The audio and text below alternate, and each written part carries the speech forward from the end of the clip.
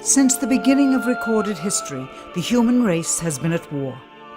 First with members of their own family, then their fellow countrymen, and finally nations at large.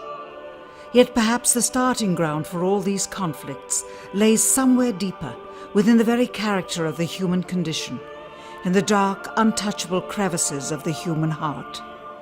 It is said that the first iniquity of free will began even before the maiden pilgrimage from the embryo, preceding the very creation of the earth itself, in the forelife of souls in the heavenly realms. The dawn of warfare, some believe, was initiated by a fallen angel whose trespass against God was pride.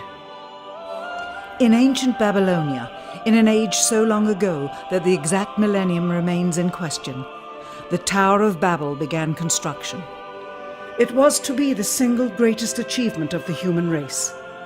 A tower so tall that its summit would reach the heavens, and by it prove to the world that their race was superior. It would be God's irony that it would never be finished.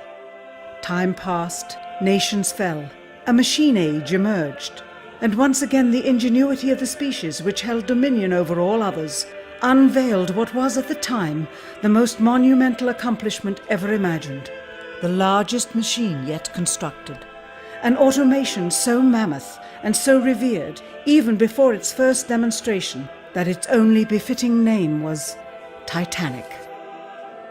On April 10th, 1912, it set sail. It was boasted to be the ship that God himself could not sink. It would be God's irony that the very element that was meant to keep it afloat would cause it to sink. Water, frozen water, in the form of an iceberg. Not even one voyage did it complete. And then the next age embarked into the annals of human history, perhaps the last age, the space age. Competition for victor was unparalleled. Powerful nations spent billions in unabashed rivalry to outdo the other. The Soviet Union launched the first orbiting satellite, the first animal, the first man. They had logged 500% more hours in space than the United States. And in June of 1969, they launched an unmanned probe to the moon to retrieve the first soil sample from another world, just 1 month before Apollo 11. That's how close the race was. Had their unmanned probe not crash-landed into the lunar surface, the first moon rock brought back to Earth would have been by the Soviet Union. Richard Nixon, president at the time, had this to say about the latest work of the human hand. It is the greatest week since creation, the greatest event since the laying of the foundation of the seas, since the origin of the universe itself, since the design and formation of the delicate human eye through which all these things are perceived, was a flying machine with its 2 passengers landing on its closest celestial neighbor and returning from where it came. Perhaps again God's irony lies somewhere within this great boast of humankind. The building of the tallest tower for the sole purpose of standing out among the races was never finished. The machine that was so great that it was said to be untouchable by even God never completed its first voyage. And finally, the crowning achievement of humankind, the greatest boast of the species, the event in human history most associated with pride in our own accomplishments, landing on the moon. 20 years later, and years behind schedule, the same space program couldn't put into Earth orbit a telescope with a lens that focused. And yet 2 decades earlier, a mission 100 times more complicated worked on its first occasion. With close scrutiny of the motives of the zealous Nixon administration, a critical examination of the entirely government-controlled press coverage, and newly discovered footage of the crew of Apollo 11 staging part of their mission, we wish to detail what may come to be the greatest government conspiracy of all time. A funny thing happened on the way to the moon.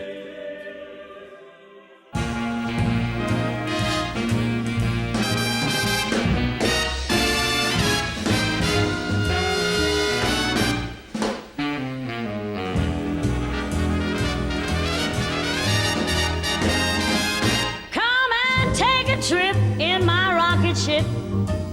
We'll have a lovely afternoon, kiss the world goodbye, and away we'll fly. Destination moon. We'll travel fast as a light till we're out of sight.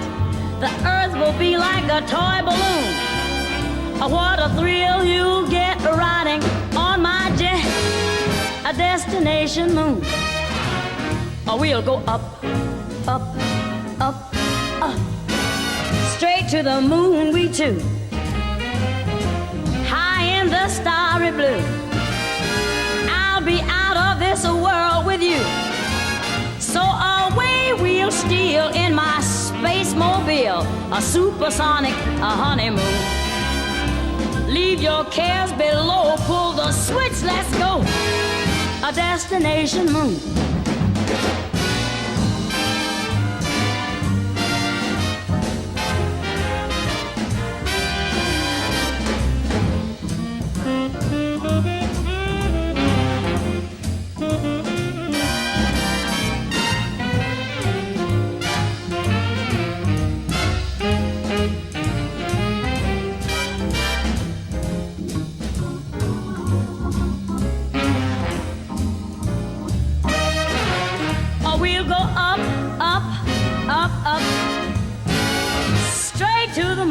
Too.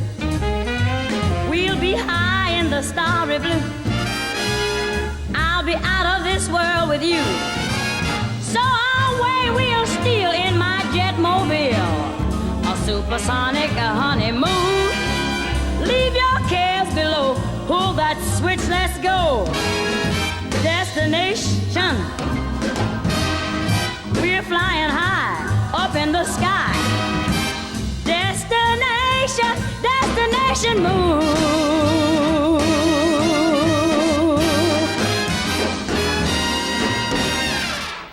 Dr. von Braun, how would you say we stand in relation to the Russians, and do you think we can ever catch up?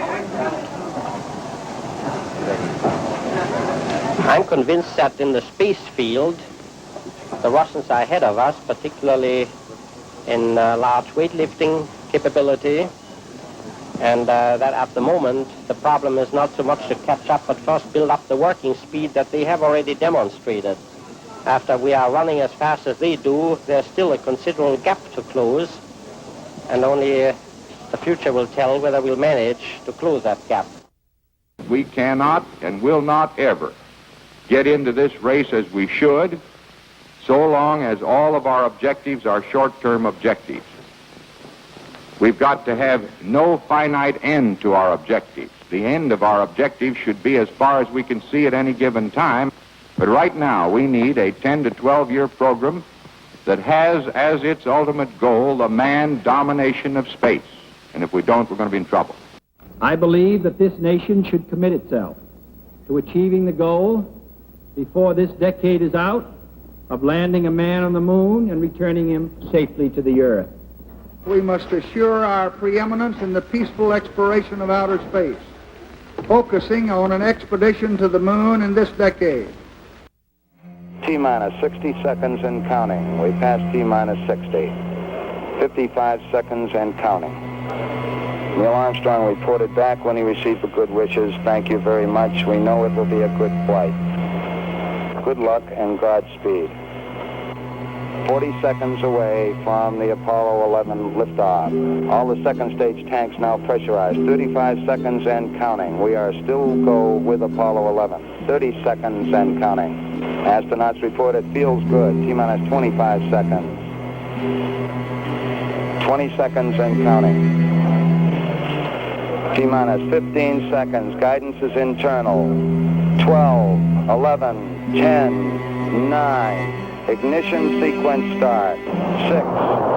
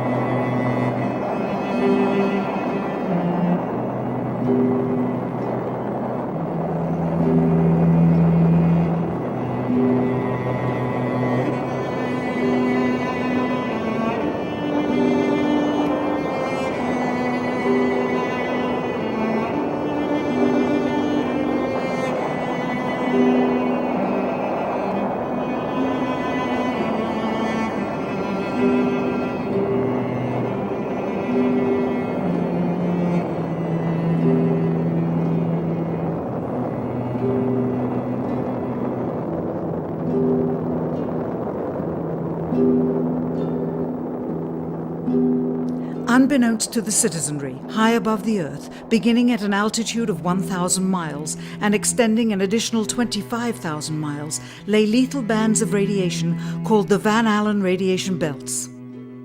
Every space mission in history with humans on board, from both the United States and Soviet Union, from the first in 1961 to the present, has been well below this deadly radiation field. Mercury, Gemini, Soyuz, Skylab, the Space Shuttle, all maintained altitudes well below 1,000 miles.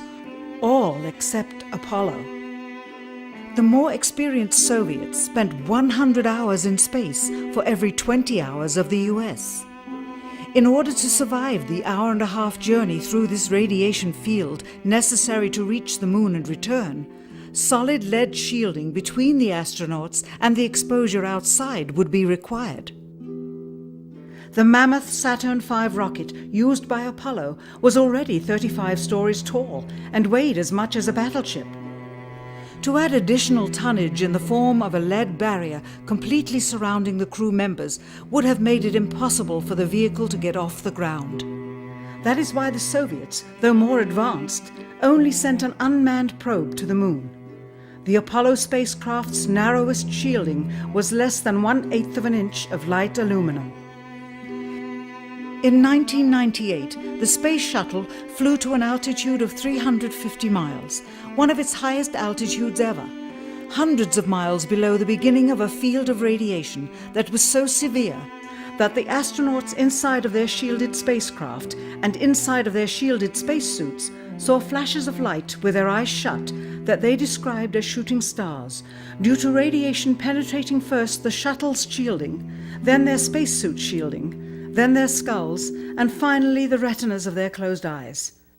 As a result, CNN issued the following report noting NASA's unpredicted surprise.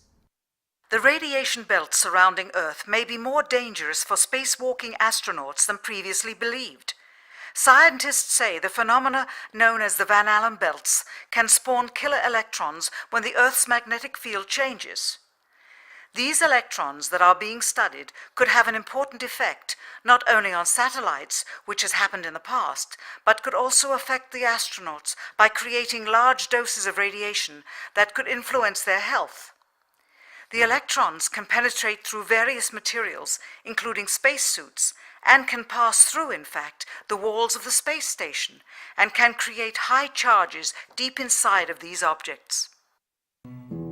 President Kennedy, a man of political, not scientific background, set the irrevocable goal of landing a man on the moon by the end of the 1960s, just days after America's first astronaut had spent a mere 16 minutes in space, not even achieving a single orbit around the Earth.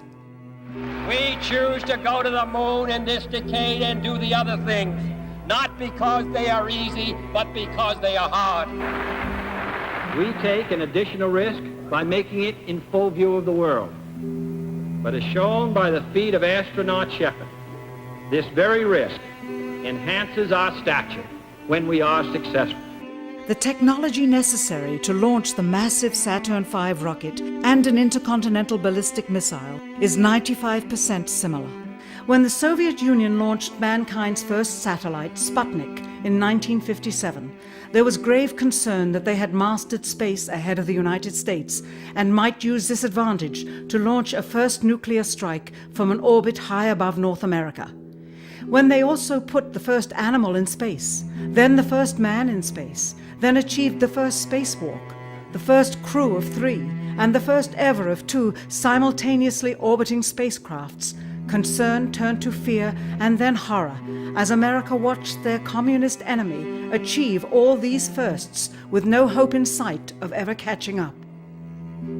President, a member of Congress said today that he was tired of seeing the United States second to Russia in the space field. I suppose he speaks for a lot of others. What is the prospect that we will catch up with Russia and perhaps surpass Russia in this field? However tired anybody may be, and no one is more tired than I am, it is a fact that it's going to take some time, and I think we have to recognize it. They secured these large boosters which have led to their being first in Sputnik and led to their first putting their man in space. We are, I hope, going to be able to carry out our efforts with due regard to the problem of the life of the man involved this year. But we are behind. If it was impossible to better the Soviets in the space race, which was really a race of technological armaments, what could be done? How could America offset the threat of superior weaponry? Throughout the history of rivalry and war, astute generals of lesser armies than their counterparts have used deceit and misinformation as a method to achieve victory. In World War II, for example, columns of inflatable tanks were placed at locations afar from Normandy to draw German forces away from the real location of invasion. The Star Wars missile defense program rigged tests to make it seem more advanced than it really was. That's the conclusion of the General Accounting Office. The aim was to fool the Soviet Union about US military readiness during the Cold War.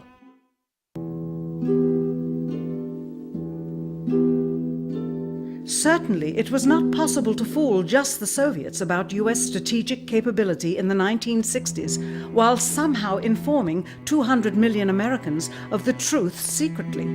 In order for them to believe the United States had the capability to go to the moon, everyone would have to believe it. Furthermore, the pride of a nation was at stake, and the goal of a martyr, not to mention the growing unrest domestically of a government throwing tens of thousands of lives away in a foreign war riddled with contradiction and ambiguity. In addition, the Apollo program had already spent billions of dollars. If it failed to achieve its goal with such an investment, it would indeed be a large and bitter pill for the taxpayers to swallow. The cost of the program, whose sole goal was to be the first to plant a flag on the lifeless rock just outside the Earth, if adjusted for inflation to the 21st century, was $135 billion.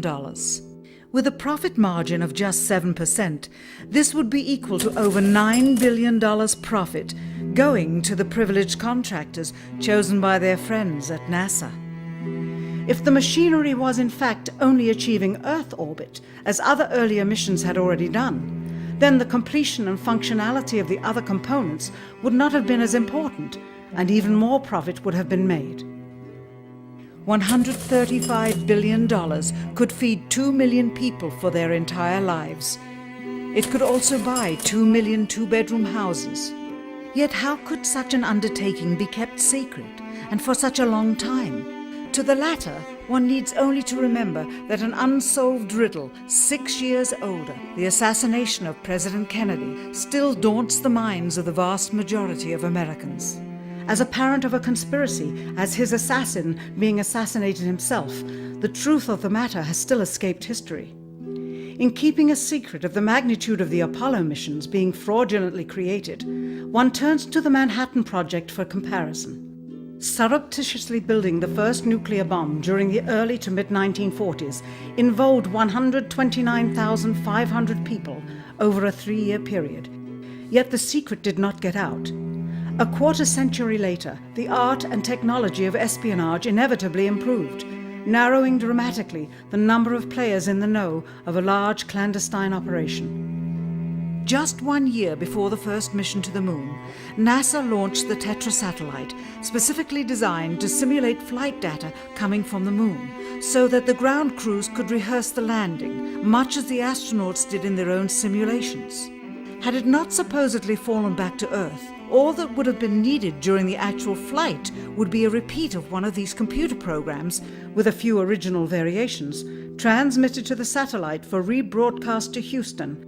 Scores of computers and their deceived operators on the ground would then receive prearranged information, including the alleged location, altitude, and fuel consumption of the spacecraft, as if it were descending to the moon's surface. If the Soviets tried to find the actual location of an Apollo crew in the hundreds of thousands of miles surrounding the Earth and the moon, it would be tantamount to trying to find a rowboat in the Atlantic Ocean. The fact that the Apollo program was so departmentalized, with various construction and test sites around the country, meant that only a few people saw the whole picture. And for the first time ever, there was no independent press coverage of such an historical event. Whatever pictures and sound were distributed to the public were strictly controlled and previewed by the federal government. They were then disseminated unchecked until this hour. For who would realize that the unthinkable was not only possible, but absolutely true?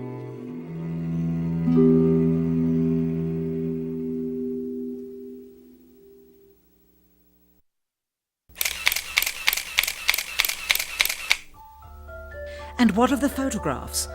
What do they tell us? On 3 separate occasions, our office asked NASA's Public Relations Department for every single picture of an astronaut on the surface of the Moon, just during the maiden voyage of Apollo 11. Many duplicates were sent. In all, fewer than 20 pictures were found, including first-hand investigation on site at the agency's vaulted archives. Quite surprising, considering the historical significance of the event. These very photographs are the same ones circulated year after year on anniversary commemorations. It is estimated that in just the first 60 minutes on the Moon, motivated by the tenuous nature of the circumstances, many more exposures could have been expediently taken. Also surprising is the scarcity of photographs of the mission's chief pioneer, Neil Armstrong. The greatest achievement in human history, and of the man whose first step echoed around the world, dawning a new age of scientific enlightenment, there is only one full-body picture of him on the Moon, besides this ghostly reflection. This one, taken by an automatic camera mounted on the side of the lunar module. Perhaps he feared liability should the whole conundrum later become unraveled. Perhaps he has forgotten that he attested to the authenticity of the event with his signature on this plaque engraved by the federal government. In fact, in the more than 30 years since the event, aside from NASA's initial press conference and the occasional brief anniversary remarks where few questions were permitted, he has never given one on-camera interview to anyone, ever. From an analytical standpoint, photographic anomalies have to be sought out with an understanding of lighting and shadows. The most straightforward is simple. When objects are lit solely by the sun, as all the scenes on the Moon were said to be, after all, lighting equipment was not only impractical, it was unnecessary in bright sunlight, then all shadows, regardless of the landscape, will run parallel with one another and never intersect, as shown by this example. In these seldom-seen photographs, obtained from a rarely used auxiliary NASA archival site, it is clear that these scenes were lit with artificial light. These shadows, which are cast at different angles, are evidence that a second light source is being used. In addition, the sun would not cause an isolated hotspot like this, only an artificial light would. Again, intersecting shadows and another hotspot. And again. And again. It is simply impossible for this picture to have been taken with sunlight on the Moon. Here, the shadows are shown to be as black as pitch. And yet here, completely in a shadow, the astronaut is lit up like a Christmas tree. How can this be? Or this, on the shadow side of the lunar module. In this magnification of an Apollo photograph, a rock, very likely a papier-mâché prop because of the crease here, is categorized with the letter C. In later releases of the same picture, the letter is gone, probably airbrushed out. Here, a crosshair, which was burned directly into the image from the film plate, and thus should always appear on top of the objects in the photograph, appears behind the object in this scene, clearly revealing a composite of 2 pictures into one. Someone apparently forgot to create a burn crater underneath the lunar module's 10,000-pound thrust engine, despite the fact that during ground tests there was a real concern for the vehicle falling into the hole the engine created as it descended. Here is a depiction based on the latest specifications and scientific data. In these enlargements, it looks as though the lunar module was simply placed there. Not even one speck of moon dust on the landing pod. As a result, all subsequent flights had to have the same discrepancy, which was explained away by the effect of no atmosphere. And what about stars? On the moon, with no atmosphere, they must have been quite a sight to behold. Yet there is seldom any mention of them, if ever, by any of the astronauts on any of the missions. Undoubtedly, creating a mural with all the constellations properly placed in the sky would have been virtually impossible to create accurately, much less realistically. A competent amateur astronomer would have been able to call attention to the slightest error in measurement. The answer? Not to talk about the stars. Ever. In their post-flight press conference, it was the only question to which Neil Armstrong responded with an absence of memory. When you looked up at the sky, could you actually see the stars and the solar corona in spite of the glare? We were never able to see stars from the lunar surface or on the daylight side of the moon by eye without looking through the optics. I don't recall during the period of time that we were photographing the solar corona what stars we could see. I don't remember seeing any. Years later, though, Michael Collins would remember seeing the elusive stars and wrote about them in Expeditions to the Moon. It seems his memory improved the older he got. Why don't stars appear in any of the photographs? Simply because the proper, mostly closed exposure setting for the camera's iris, set that way to compensate for the bright sunlight on the moon's surface, completely diminished the faintness of relatively distant specks of diminutive light. This answer is true. It does not, however, explain why they never took any pictures of the stars by themselves, with an exposure setting perfect for them. While they took 3 automobiles to the moon, they never took a photographic telescope. Had they done so, they would have been able to see farther into the universe than had ever before been realized. If they had taken a telescope and were not actually on the moon, they would have had to concoct undiscovered galaxies that might one day prove to be non-existent. The cost of the 3 moon rovers in 21st century currency? Nearly $60 million each, though they had fewer parts than a Jeep. Where was all this money going? Then there's the flag, blowing in the wind, at least twice, on the atmosphereless moon. We can only guess that most of the missions were staged inside for fear of possible aerial or satellite reconnaissance from an unfriendly nation. The backpacks, designed for 1/6 gravity, must have had the cooling systems removed to allow for movement without falling over. With very near and hot studio lighting, that left one hot astronaut inside. Assuming that it was the astronauts inside, after all, their faces were always covered. The necessary mammoth amounts of air conditioning were probably responsible for the air current. Here the editor cuts to a still shot of the flag, just as the effect becomes noticeable. Here it is unchecked. This rare clip, attained decades ago, was never re-released with the inevitable increase in experience and scrutiny. To demonstrate 1/6 gravity, a bouncy, floaty feel to the astronauts' movements would be similarly achieved with relative simplicity. Slow motion. You are viewing the scenes as they aired more than 30 years ago. Now let's look at them with the speed doubled. It becomes discernible that they are, in fact, in Earth's gravity, and are no more leaving the ground than they would on Earth.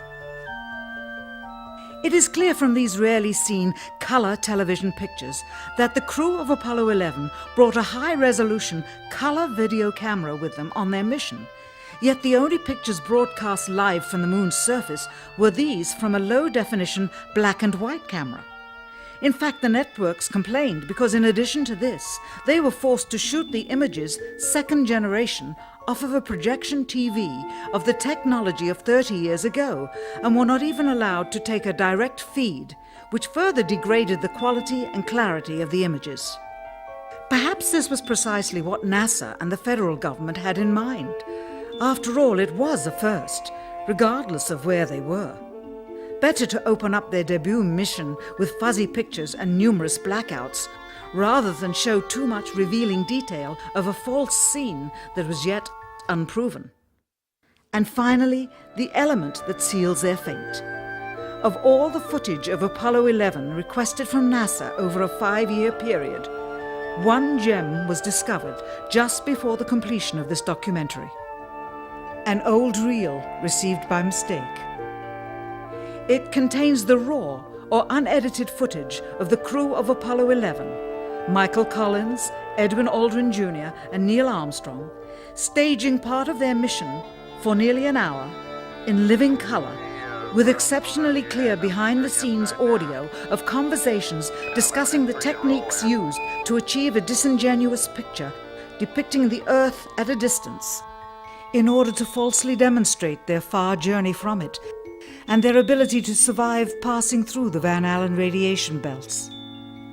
It cannot be misconstrued that this staging was done for some other reason prior to the mission, for the reel itself is slated and dated July 18th, 19th, and 20th, 1969, the very days of the mission when they were said to be approaching and achieving lunar orbit.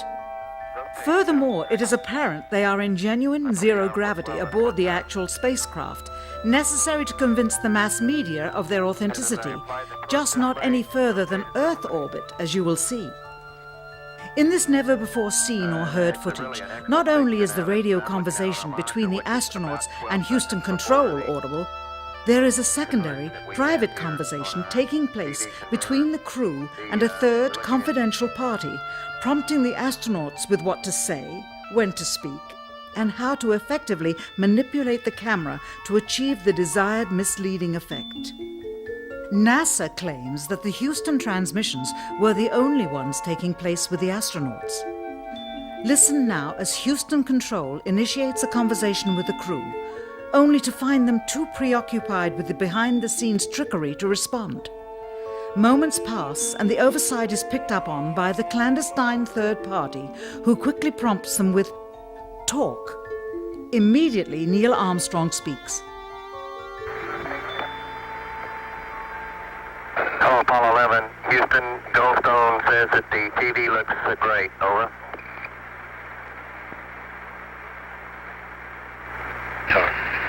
Okay, Roger. We're coming in on Earth. Again, the illusion they are attempting to create is the Earth at a distance to demonstrate their far journey from it and their ability to survive passing through the Van Allen radiation belts. Understand, too, that only about 20 seconds of this raw footage was ever broadcast to the public, and these conversations discussing their deception were believed to be private. Until now. Here they discuss that these television transmissions were in fact not broadcast live as everyone believed. They were first screened and edited for playback later. Roger, Neil. We just wanted a narrative such that we can, when we get to playback, we can sort of correlate what we were seeing. Thank you very much. Here they discuss the fact that they have turned out the lights and have blocked out sunlight from entering the spacecraft through the other windows, as to not cause any reflected light to fall onto the spacecraft's wall in the foreground. Okay, very good. Well, we shut out the sun coming in some of the other windows into the spacecraft, so it's looking through the number one window, and there isn't any reflected light. The reason this was done is so that the truth of the matter would not be revealed. It is this. Though the federal government would have you believe that this is a view of Earth from a distance out of the spacecraft's window as it nears the moon, it is not. What they have ingeniously done is placed the camera at the back of the spacecraft and centered the lens on a circular window in the foreground, outside of which it is completely filled with the Earth in low orbit. The circumference of the window then appears to be the diameter of the Earth at a distance, with the darkened walls of the spacecraft appearing to be the blackness of space around it. That is why they wanted the interior dark and blocked out the sun from entering through the other windows. Here you can see the extruded window, probably 2 inches thick at the bottom. This is because the Earth's shine is coming in at a downward angle. It also causes the Earth to appear to be an irregularly shaped circle, for you are seeing the outside of the window at the bottom and the inside of the window at the top, which together form 2 different sized halves of a circle. Subsequently, this take was never used. As they perfected the shot, a crescent-shaped piece of black material was inset slightly into the window to create the illusion of the Earth's terminator line dividing night and day. It is uncannily convincing. During this segment, intended to be edited and played back later for the worldwide television audience, dated July 18, 1969, Neil Armstrong condemns himself as he states that he is 130,000 miles out, or halfway to the moon, as the NASA flight log also states on this date, when he is in reality in low Earth orbit of a few hundred miles. Roger, Houston, Apollo 11. Calling in from about 130,000 miles out. Here, during another segment, also intended to air after review, Neil Armstrong falsely explains to the viewers how the shot is attained by putting the camera's lens to the window's glass, as it would have to be if they were the claimed distance away from the Earth. We only have one window that has a view of the Earth, and it's filled up with a TV camera. If the window was completely filled up with a TV camera, as he stated, then an astronaut's arm would not be able to get between the camera and the window, as it obviously does here in this outtake. South America becomes invisible just off beyond the terminator or inside the shadow. You can also notice how the astronaut operating the camera reacted to the mistake by attempting to pan away from it. Blue gas, see white bands of major cloud formations across the Earth. This is a segment that they believed wasn't even being recorded, much less suitable for broadcast, for the lens was being zoomed out and the scene was being changed to that of an interior of the astronauts at work, and apparently the stop button popped back up on the recorder without notice. Here is the diffused work light that they used to see camera controls, but not throw light onto the spacecraft's wall. Here they remove part of the crescent insert.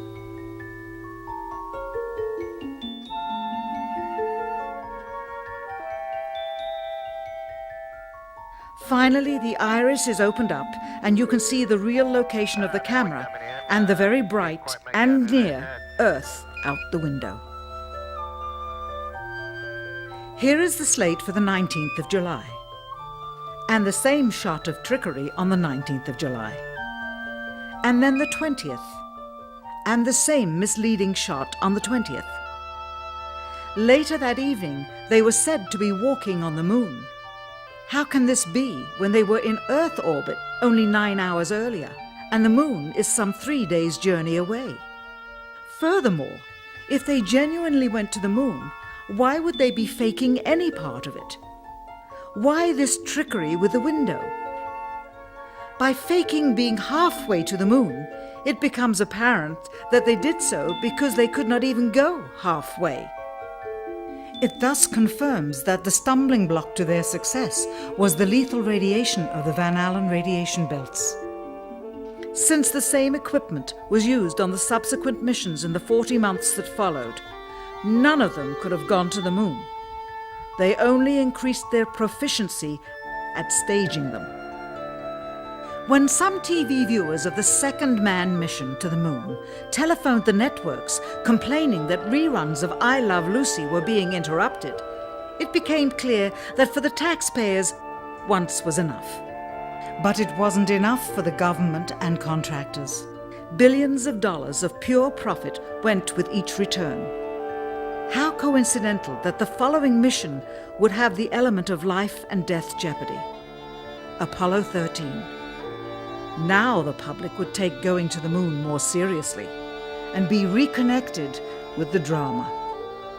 We now realize that perhaps the reason Neil Armstrong has never given an on-camera interview is because he doesn't want to lie anymore.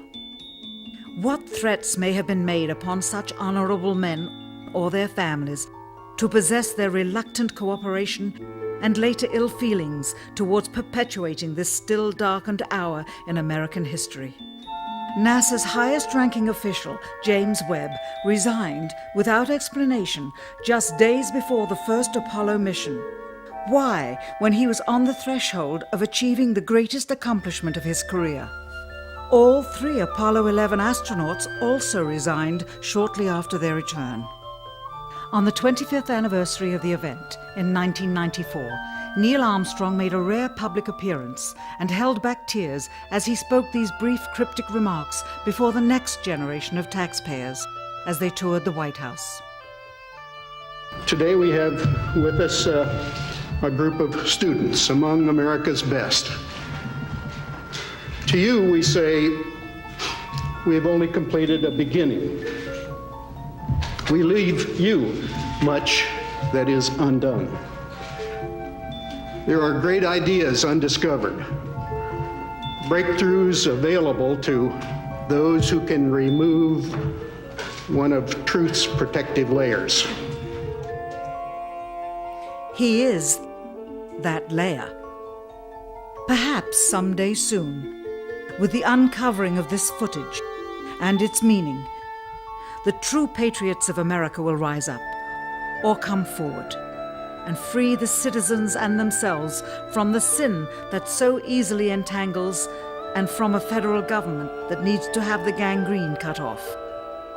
Even if the government's destruction would come from the truth, then it is not worthy to stand, and its betterment would inevitably follow. All of us are mortal. All of us will die. Perhaps the seeking of a clear conscience before that hour will motivate the truth into the light. Perhaps as citizens we should offer amnesty for this and other crimes of history, for facts from those involved, before the truth perishes with them. Why must we wait until the year 2017 to open the Kennedy assassination files? Perhaps they will not even be opened then, for the law that reluctantly stipulates their release says so with this clause, quote, with the exception of documents certified for continued postponement by the President. Whoever believes the citizens to be too immature for the truth are too immature for power. The truth will always set us free.